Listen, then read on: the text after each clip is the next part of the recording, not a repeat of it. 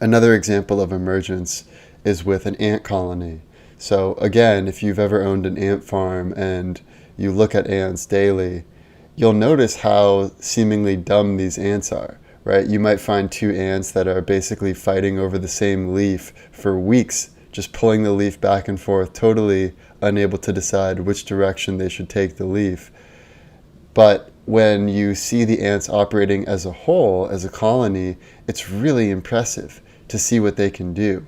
So, for instance, one example is imagine an anteater comes and eats all of the worker ants from an ant colony.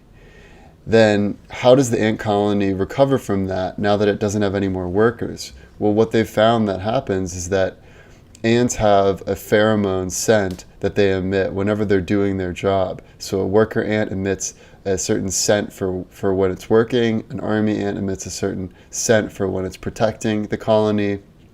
Sort of like how when you're working out at the gym, you have a certain smell of your sweat, like maybe it's more sweet, whereas when you're just stressed and you're sweating because you're so anxious, that has more of like a sour smell to it. In the same way, ants have certain pheromones that they'll notice.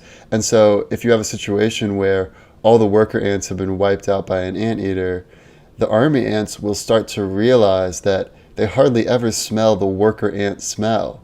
And so once they reach a certain point, they will actually change their role in society from an army ant to a worker ant.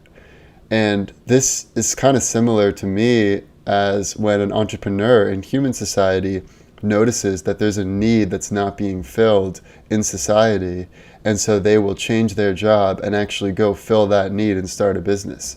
So even though on an individual level, whether you're considering an ant or a cell or a human within a civilization, when you look at the higher level big picture of all the ants or humans or cells added up, they seem to operate with much more intelligence.